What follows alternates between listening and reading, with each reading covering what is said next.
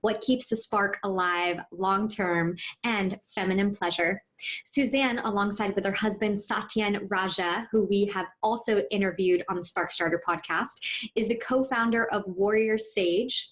They have both built a multi-million-dollar transformational leadership academy that has trained over 100,000 people worldwide. Suzanne has dedicated her life to embrace, embody, empower soul radiance in love, life, and social impact. For years, Suzanne has privately coached business leaders, stage performers, CEOs of multinational corporations, high-profile public speakers, and noted physicians, among others. Her dynamic heart and spirit has led her to speak on stages internationally, leading groups for peak potentials as well as elite entrepreneurial organizations. I'm looking forward to sharing this episode with all of you. Let's dive in. Hello, everyone. Welcome to today's podcast. We have Suzanne Raja with us here. Thank you so much for joining us, Suzanne. My pleasure. Thanks for asking. As I was blessed to interview Satyan, your husband and business partner. And so I'm super excited to have you also here on the show as well. Thank you. Thank you so much. So Suzanne, I'd love for you to introduce yourself, share what it is you do in the world and what you are passionate about. So I am the co-founder of Warrior Sage group of companies with my husband, Satyan. And I am blessed to be his lover, his wife of 30 plus years. Actually, we're together for 30 plus years. We've been married for 26 years. And I am the feminine leadership master wizardress and leader of the feminine movement in this world. Amazing. And I was checking out your website in Warrior Sage, and it looks like you've helped over hundreds of thousands of people inside of your organization. I'd love to hear more of kind of what you guys do inside of that organization. Yes, absolutely. So we are a transformative human potential company. So what we do is we help folks to transform into the highest and the best parts of themselves. So whether that's relationship, whether that's in business, whether that's in life, just to be the best person that you can be. We've been doing this for a few decades now, and really helping folks to transform not only their life, but the life of those that work for them, that are colleagues with them, and most importantly, in their families. Beautiful. When I met you and Satyan, we were all at a retreat together. I was inspired by your dynamics as a couple. I truly see you both as a power couple. You both have such a strong sense of who you are. You have a powerful voice when you are in the room. People notice when you're there. And so I want to dive into one of the topics that we're both passionate about, but something that you are a master at. You and Satyan are a master coach around relationship dynamics. And you've been married been together for 33 years and married for 26. It's amazing. And I'd love to just dive straight into this topic and see where this one wants to go. But I'd love to hear, what's one of your favorite, areas to dive into in relation to relationship dynamics? Let me feel into that question and then see what arises, because there's so many. What arises for me right now, I'm just going to throw it out there, is sexuality. Sexuality, because it is the creative force of relationship. It really is creation or destruction, depending on how it is utilized. And we have a saying, Satyan and I, and that saying is passion equals polarity. And what polarity means is really the arc of attraction between lovers. And so for us and in relationship, it's always about how much can you turn your partner on? Like really, that is our thing. It's like, how much can we keep the fire burning? And that is the intention, the fire of passion. And so that has been our our intention, our mission, our life's work is to show couples how to stay together, and not just stay together and exist and just, oh, we've been together for 32, 26 years married. We don't want that. We want it to be like, yeah, like I can't wait to see that man. And that's how I feel with him. And I think that's how he feels about me as well. You got me all excited right now. I have goosebumps down my arms. I'm all juiced up. I'm loving this so much, because the typical way to view marriage, people think that the passion starts to die, especially the sexual passion starts to dwindle. And I think people think that over time it starts to go away. So I'd love to hear, how do you keep that type of passion within your partnership alive for so many years? What type of practices or ways to look at keeping that activated? Yeah. So I'll tell you some of my secrets. One of the things that I do with my partner is I want to create a space that is inviting for him, that he feels like he wants to come into the space. So rather than me going, you've worked so long today, and can you just spend some time with me? That's a way that I could try and get his attention. Or I can come on over to him and maybe put my hands on his shoulders. And just when I put my hands on him, I put my hands on him in a conscious way. It's like I touch him and I think to myself, ooh, look at that body. Look at that one that I fell in love with. That one that turned me on the very first time. I want to feel that. I want to revive that when I do anything. But when I put my hands on him, I want to feel this man, the flesh in him. And I want him to feel me deliciously loving him and yearning for his presence through my hands. So through my body, I want to extend an invitation to my partner. And I promise you, ladies, if you do that, just that, from your breath, from your, oh yeah, hey baby, how you doing?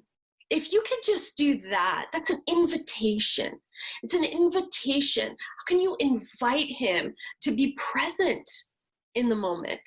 So I'll tell you, when I do that, when I put my hands on him with a consciousness of feeling him, I can feel his breath.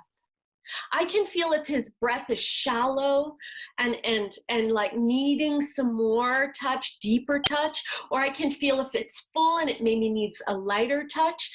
Just my intention on him has him go, hey, something's going on. Something's more interesting than the screen, and it's like, and then when he does that, I show him pleasure. I'm like, yeah, you noticing me, I'm noticing you, and then all of a sudden there's like this spark that starts to go off.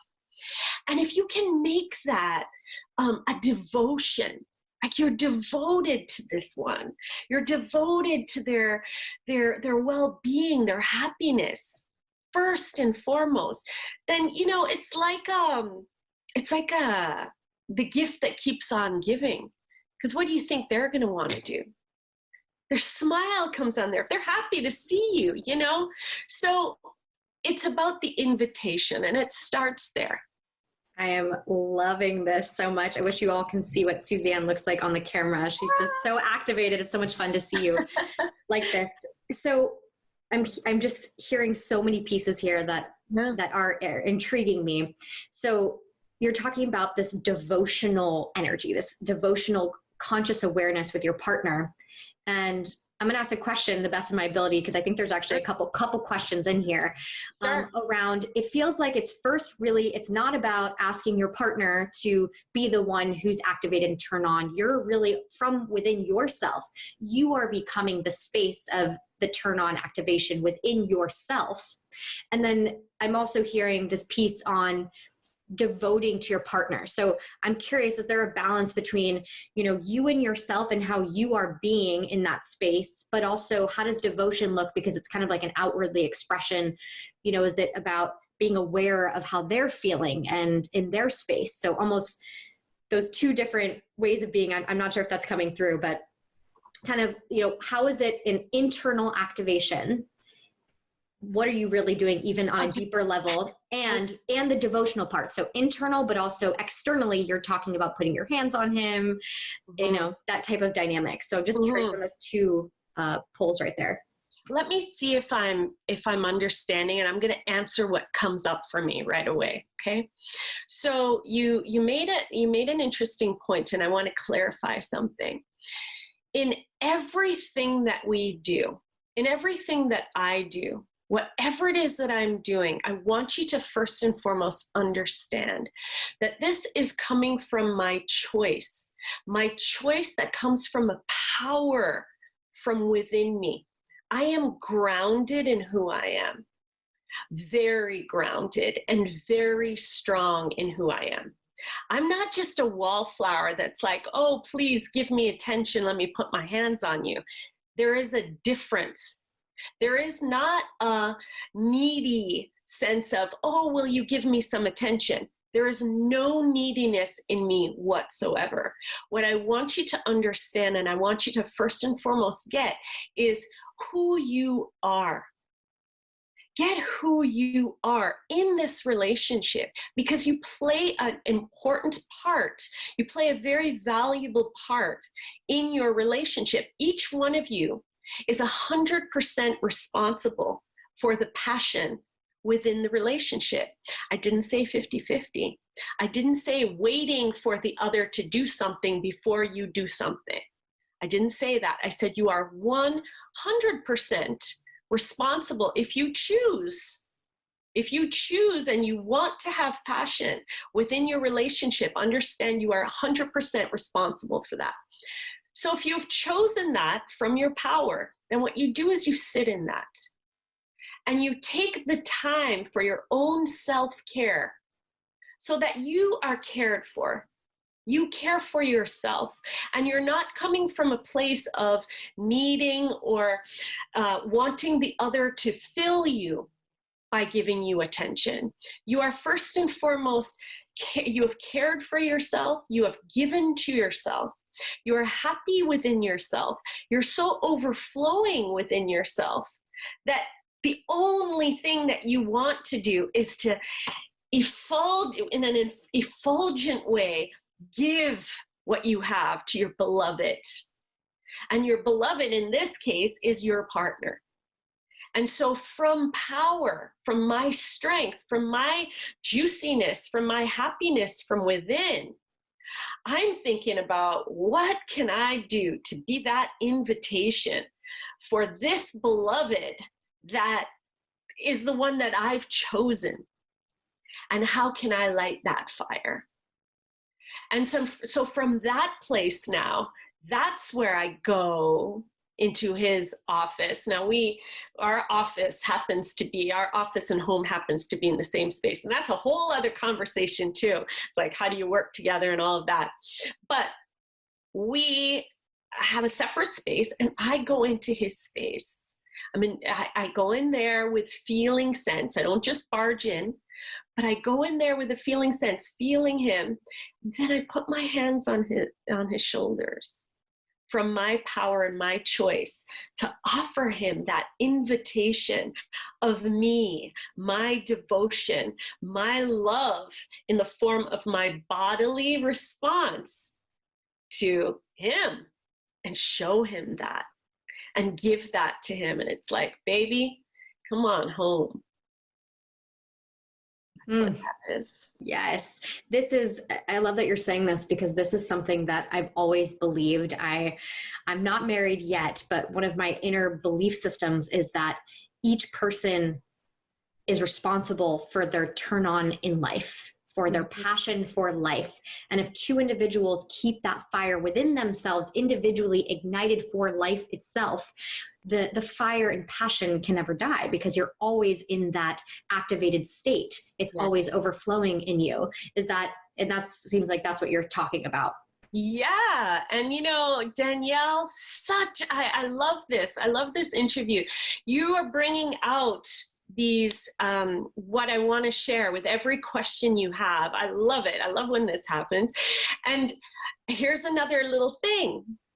So yes, you want the passion to be alive within yourself. How do you do that? Well, you want to give yourself pleasure. Not self-care includes pleasure. Give yourself the orgasms that you've always wanted. Give that to yourself first. If you don't know how to do it, find out.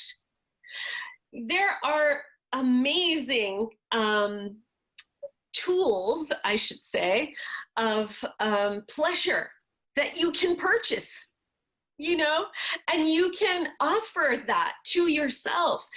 Feel so much pleasure within yourself that you are a walking state of orgasm. Can you do that? Now there's an invitation to you. How much pleasure can you give to yourself so that when your partner is with you, it's effortless? Just their breath will send you into orgasm. Their touch will send you into the next galaxy. So that it is with ease that you dance together. Because you are so already full that they are just that extra spark that is the icing on the cake. I mean, who doesn't want to be with that one? For a lifetime. There you go. Absolutely. And I love that you're bringing up this piece of pleasure. And I'm wondering, you talked about sexual pleasure or self-pleasure. Are there other ways that you can awaken your own pleasure? Before I want to ask that question, that has been a long journey for me, because I realized when I was 3 years old, I was hit by a car and I went into a coma. I had a really severe accident and had a lot of trauma from that experience that I believe got held in my cellular memory. And it took many, many years to realize that I started to block pleasure myself from receiving all types of pleasure. Even just the pleasure of receiving love or in connection, or just the pleasures of food and all these types of things. I was naturally rejecting pleasure because I was in a state of just rejection in general because of trauma, of pushing away and relearning how to open up pleasure. And so I want to just ask on that piece, because I think tapping into pleasure is something that so many of us, men and women, need to, or being able to reopen that state that is so natural to us. Are there other states of pleasure beyond sexuality, or maybe there's some deeper points in there, of ways to start receiving more pleasure and activating your body to be able to live an orgasmic way of being? One of the simplest answers I would give you would be to surround yourself with those that know how to receive pleasure. And here is a time where we happen to be in a time right now, a time where people are in isolation. So it is often hard to be in groups. But even if you can have the intention to find, even if it's online, people who know what pleasure tastes like, even eating, being outside, enjoying the outdoors. And I love to go online. I love to go on YouTube and watch people who go into nature and, just like, oh, there's a sunset. Oh, there's food over there that I enjoy. This and that, whatever that is for you, that's the simplest way so that you can watch people enjoy pleasure. First and foremost, though, I would say, find yourself a coach. Find yourself a coach who can support you to move through the traumas that you experience that hold you back from experiencing what is true to our nature, which is pleasure. Find someone that you trust that can coach you to move you forward in melting the contractions that you have around your pleasure so that you can start to breathe again. because pleasure is like breath itself. And when you're not experiencing it in your entire body, it means that you're cutting yourself off from the very life force that is our birthright. So, from the very simple to the right now, right here, right now. And I'll give you a practice that for your listeners here and those who watch about pleasure. So what you can do right now is you can take a moment to notice your breath. How are you breathing? Is your breathing shallow and constricted? Or are you breathing in a way that is allowing you, yeah, just like that. Take a breath with me. Inhale and breathe as well as you can and put your hands on your belly. And how much are you allowing the breath, like a balloon, to expand your belly? Imagine that you are in, what do they call it? What is the place? I'm losing the words right now, with Ferris wheels and the, the balloons and the candy canes. A place, a fun place, a fun place where they have balloons. Imagine that you're in that fun place now and you want to expand your belly like a balloon. That's it. Oh, just as simple as that. Take another inhale. Fill your belly with pleasure. And exhale. And now, can you try to fill your belly and your solar plexus at the same time with pleasure? And now I'm going to give you a bigger one where you can expand your belly, your solar plexus, and your chest with. So that's the practice, to fill those three places with air, with breath. And then just do that. Just do that. Imagine that you're a bellows and filling your entire being. You might want to lay down because you might start to get a little bit lightheaded. But as you bring the breath into your being, notice the pleasure that starts to fill you as you inhale and maybe hold it and exhale and notice the pleasure that moves through you, inhaling and exhaling. And know that it's free. And then you can start to undulate your body as the breath starts to come in and out. And whoo, let me tell you, it's going to start to get juicier and juicier and juicier. That's what I can give you right now. So good. So good. I feel amazing doing that practice. And if you're listening, I hope you try it either now or after you get home after listening to this episode. Don't do this while driving. I was going to say, don't do this while driving, for sure. Yeah, this has been such a journey for me. One of the self practices that has totally changed my life. I discovered it by accident, where I did learn that I was rejecting pleasure because I was avoiding pain. I set up my room as if I was taking myself on my own date night. I set up the candles and I was treating myself like I am my own lover. And I got into my bed, I got some coconut oil, and I just gave myself a massage. I just gently, as if I was going to a professional massage, or I'm my own lover. And I started with my feet and I just kept saying things like, I love you. And I was slowly massaging my body. And I started to move into this really powerful transcendental experience where I started just sobbing and crying, some of the deepest cries I've ever felt, because in that moment, it became, I think pleasure can be a form of meditation, sensual pleasure, sensuality. And I started sobbing and crying because I started realizing I have been rejecting feeling pain in my life because I'm afraid of pain. I have also been rejecting pleasure because of that fear of feeling pain.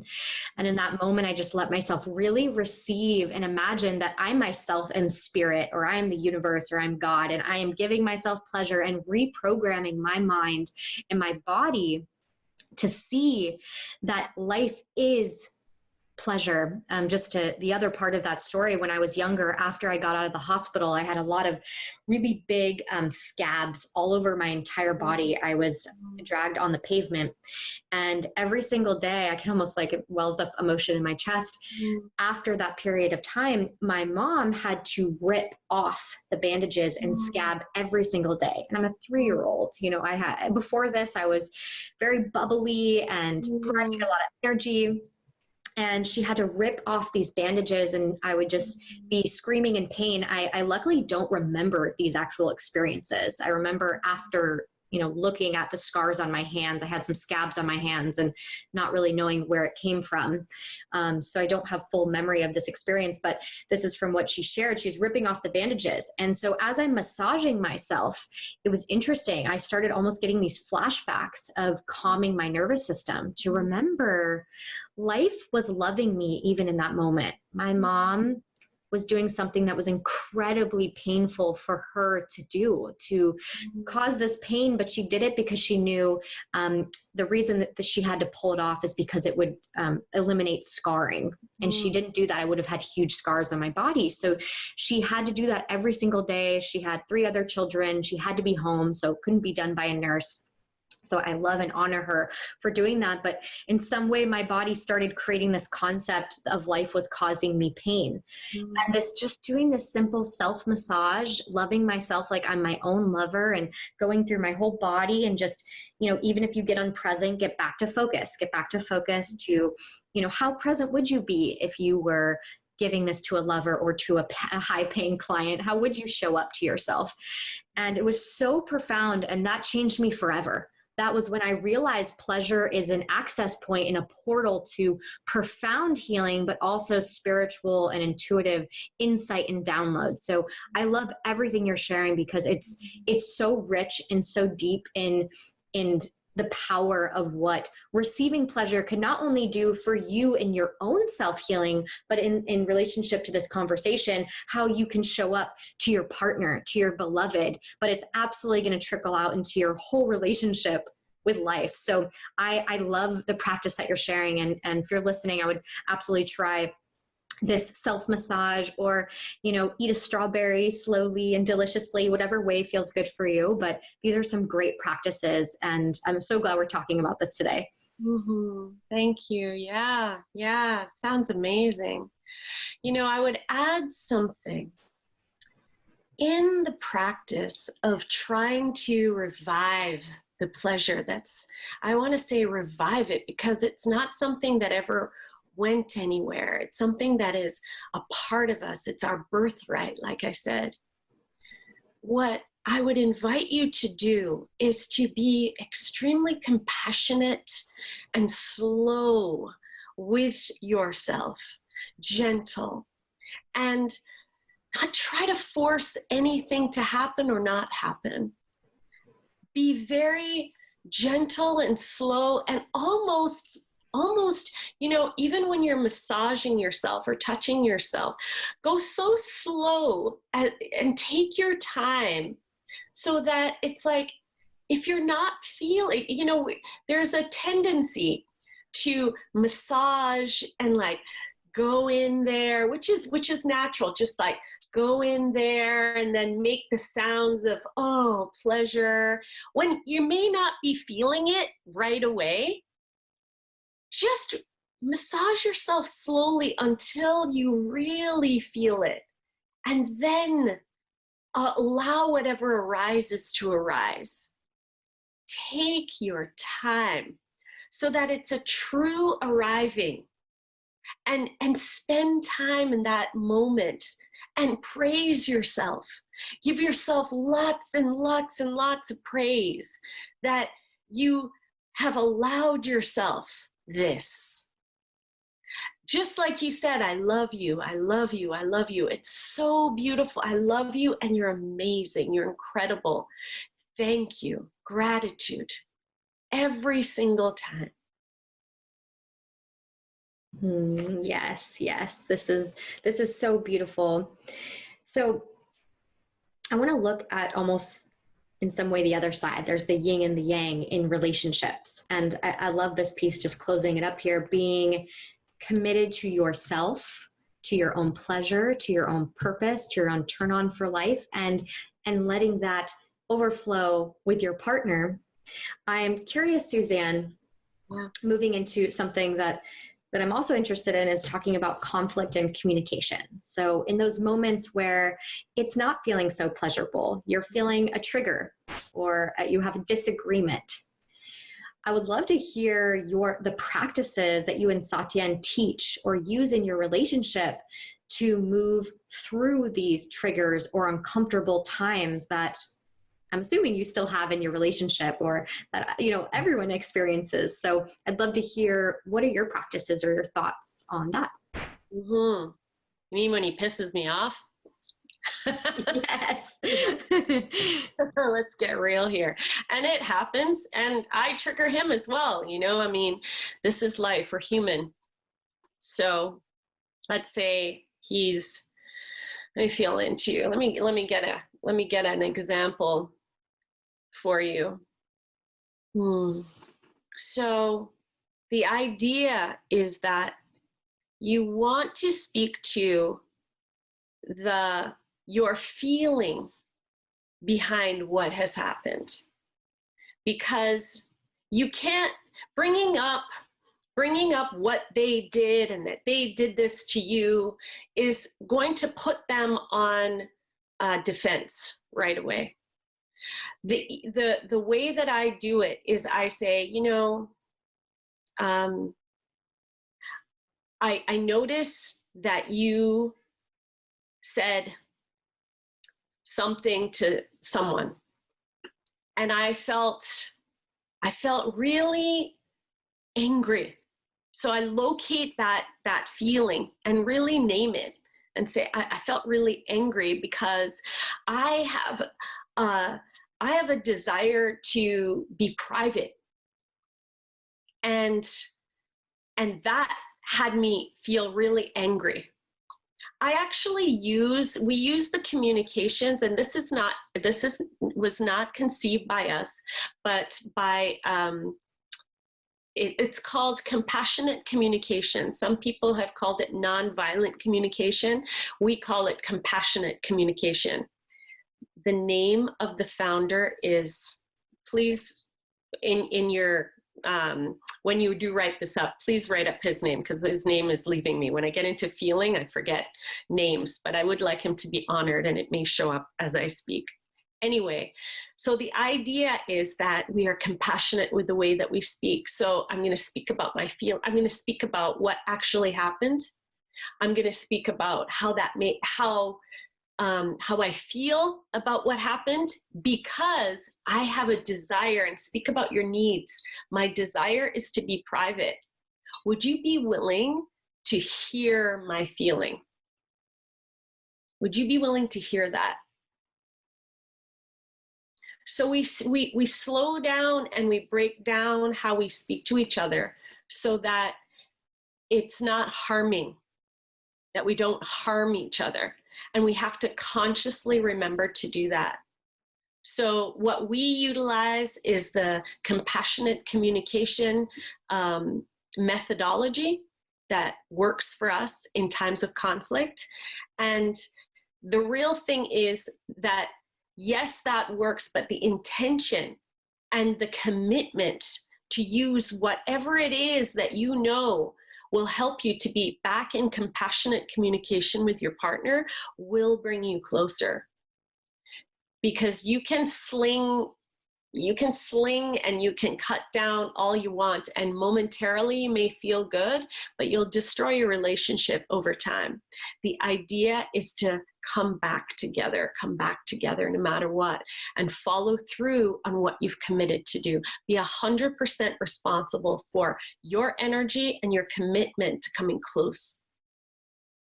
Yes, and nonviolent communication is, I just looked it up, Marshall Rosenberg.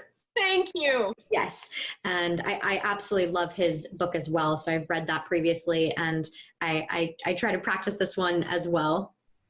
So when an individual, or when two people in a relationship something's really heated, something gets really triggered. And I love what you said, which is slow down, before the conversation starts. And for some people, this is totally different than a way they've ever done relating. They feel a trigger and they're feeling heated in the moment and things are said. So for people that this is new for you and you want to have more effective, more loving, compassionate communication, how can one slow down beforehand or take that sense of ownership before they maybe even get into the conversation to move through the trigger? You got to remember your breath. You've got to remember your breath. Your breath will teach you so much. You must breathe. If you don't breathe, you're going to die. And if you don't breathe in your relationship, you're going to kill it. So you must remember your breath. If there's anything that you remember, it must be that breath, the inhale fully and the exhale fully. It will slow you down. It will slow you down. If you're angry, you're going to be going like this. If you remember your breath to slow down and just do that, you will slow down and ground yourself. Breathe in, exhale, ground yourself, and remember that you're 100% responsible for this communication. And if that means you need to carry a cue card with you everywhere you go, in your purse, on your person, until you remember to practice that, do that. Do that. It's not just in tests that we take. It's not just in things that we're doing in the world, in our career, in all of that. This has to do with a fundamental relationship. And it's relating with anyone and every single time. Remember to take your breath. And this will be for yourself as well. There will be times where you're in conflict with your own self. Take a breath, come back and ground yourself. And remember, you are 100% responsible for that communication. And those 4 steps that Marshall Rosenberg in compassionate communication gives, it's for yourself too. So when you remember to love yourself and be compassionate with yourself, first and foremost, you will translate that in any relationship that you have. And that's the intention. It's so simple. It's so easy. And everyone breathes. So we have access to that anytime, right? Just simply breathing. So we only have a few more minutes left here, but I want to ask you if you have any other concepts that have meant a lot to you over these years in terms of relating with your partner or mastering relationship, from how to bring your relationship from ordinary to extraordinary. Are there any concepts that have just blown you away or shaken your relationship up in a really powerful way that you would like to share? Yeah. So what you want to understand in your relationship, 2 things. I'll give you 2 things right now. Passion equals polarity. You want to create and keep stoking polarity continuously. And you have to ask yourself, you're doing one of 3 things in your relationship.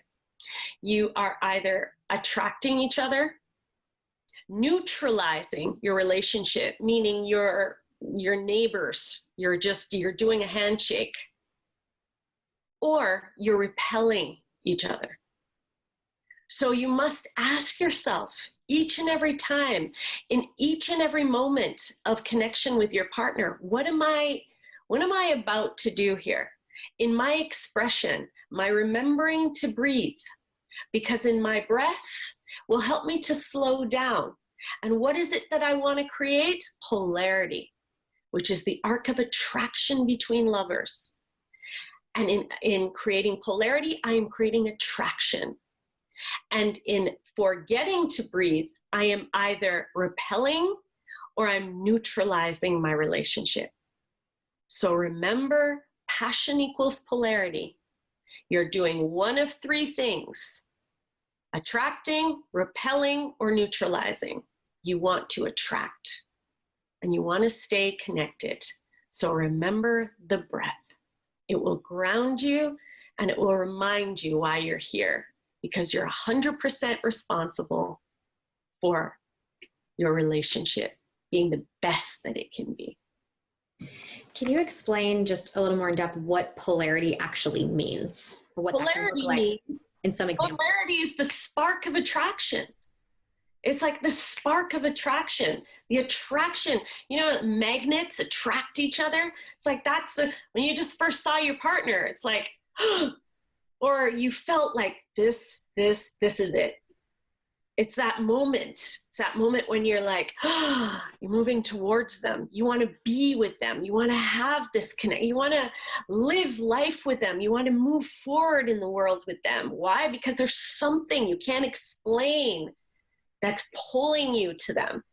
The idea is that force of attraction, what we call polarity, is what you want to maintain and you want to strengthen over time.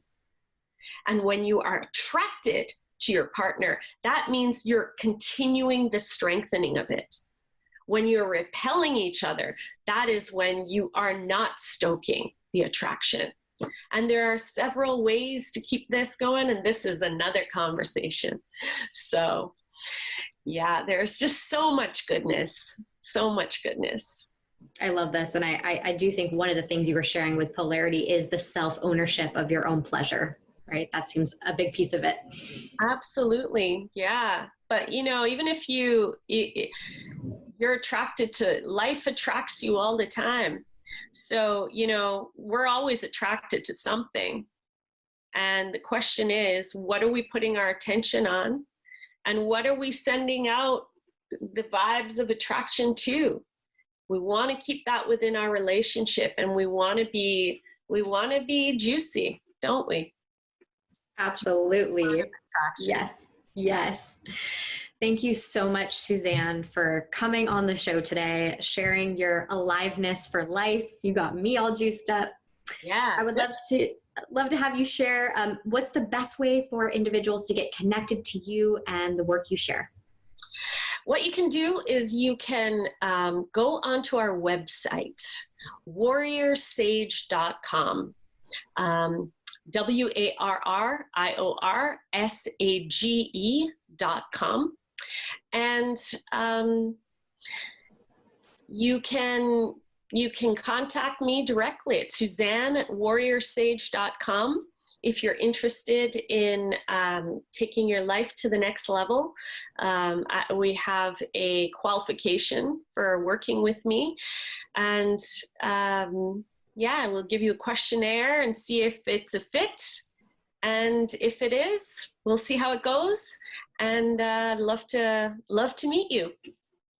Perfect. We're going to have all these notes in all of these links in the show notes as well.